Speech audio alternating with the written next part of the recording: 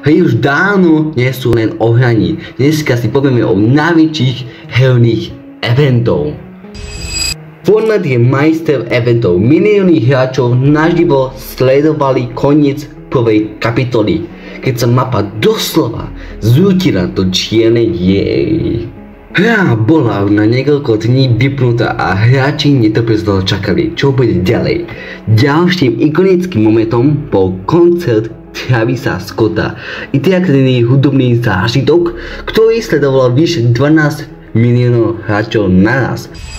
Ani Roblox nezaostáva. V roku 2021 tu prebehol koncert Lil Nas X. Hráči sa mohli pohybovať v 3D svete. Užiť si show, ktorá bola špeciálne vytvorená pre Roblox. Sledovali ju milióny hráčov z celého sveta. Populárne sú aj Admin Abuse od hry ako Gova Garden, Steel a Brainrot a ďalšie tieto trendy hry.